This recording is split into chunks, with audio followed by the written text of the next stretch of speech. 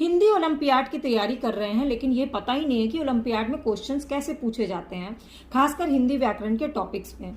जैसे कि आज का टॉपिक है सर्वनाम। अब सर्वनाम से क्वेश्चन कैसे आते हैं ओलंपियाड में। पहला क्वेश्चन है बाहर कौन आया है, तो यहाँ जो कौन है ये अनिश्चित है, लेकिन यहाँ पे प्रश्न चिन्ह लगा हुआ है, तो ये क्या होगा, ये आपके लिए हो जाएगा प्रश्नवाचक सर्वनाम, क्योंकि सवाल पूछा गया है। जो मेहनत करेगा वह फल पाएगा। यहाँ जो दो छोटे छोटे वाक्य हैं कि जब ये कंडीशन पूरी होगी तभी ये कंडीशन होगा, यानी कि ये सर्वनाम का कौन सा है प्रकार, ये संबंधवाचक है, दोनों के बीच में संबंध है, इसलिए संबंधवाचक सर्वनाम है।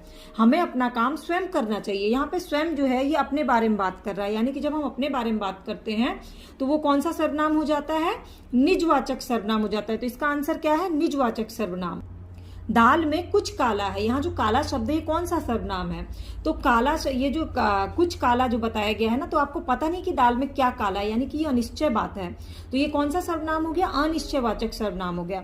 सर्वनाम के कितने भेद होते हैं, सर्वनाम के 6 प्रकार होते हैं। कौन कौन से, पुरुषवाचक, निश्चयवाचक, अनिश्चयवाचक, निजवाचक, संबंधवाचक और प्रश्नवाचक। ठीक है। वह मेरा घर है, यहाँ घर की खास बात क्या है कि वो आपका है, यानी मेरा, यानी आप अपने बारे में बात कर रहे हो, तो कौन सा सर्वनाम हो गया, निजवाचक सर्वनाम हो गया। जो करेगा वही भरेगा, यहाँ दो छोटे छोटे से उपवाक्य हैं कि जो जैसा करेगा वो वैसा भरेगा। इन दोनों के बीच में आपस में संबंध है, तो ये संबंध क्या हो जाता है, संबंधवाचक सर्वनाम हो जाता है। मैं अपना काम स्वयं करता हूं, तो इसमें आपने किसके बारे में बात की, अपने बारे में बात की स्वयं बोल करके, तो कौन सा सर्वनाम हो गया, निजवाचक सर्वनाम हो गया। मोहित का कुछ खो गया है, तो आज वह उदास है। यहाँ 2 वाक्य, पहला तो कुछ खो गया, क्या खोया ये नहीं पता, यानी कि ये अनिश्चयवाचक सर्वनाम है। आज वह उदास है, मोहित की जगह क्या यूज हुआ, वह यूज हुआ, यानी मोहित एक लिविंग थिंग है और उसकी जगह पे वह यूज हुआ है, तो ये क्या है, पुरुषवाचक सर्वनाम हो गया। कौन है जो सपनों में आया, यहाँ लास्ट में क्या है, प्रश्न लगा हुआ है, तो ये ऑब्वियस है, ये कौन सा हो जाएगा, ये प्रश्नवाचक सर्वनाम है। लेकिन क्वेश्चन पूछ रहा है कि यहाँ पे कौन सा है जो सर्वनाम शब्द है, तो यहाँ पर जो कौन है वो आया है सर्वनाम के रूप में। सर्वनाम में सर्व का क्या अर्थ होता है, सर्व का अर्थ होता है सबका। तुम कहाँ रहते हो, यहाँ पे प्रश्न पूछा जा रहा है कहाँ, तो ये क्या हो गया, प्रश्नवाचक सर्वनाम हो गया।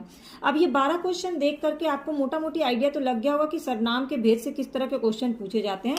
लेकिन आपके लिए एक टास्क है, नीचे कमेंट सेक्शन में जाइए और 6 प्रकार के सर्वनाम के नाम लिख करके आप उसका एक एक उदाहरण अगर लिख सकते हैं तो बहुत अच्छी बात है।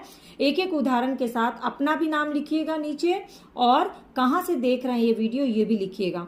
और अगर इसकी डिटेल क्लास देखनी होगी कि सर्वनाम किसे कहते हैं, सर्वनाम के कितने भेद हैं, कैसे उसको पहचाने, क्या उदाहरण है, क्या सैंपल पेपर है, तो उसकी लिंक नीचे कमेंट सेक्शन नीचे दी हुई है, आप उस पर क्लिक करके पूरी क्लास देख लीजिए और चैनल के सब्सक्राइब बटन को क्लिक कर लीजिएगा।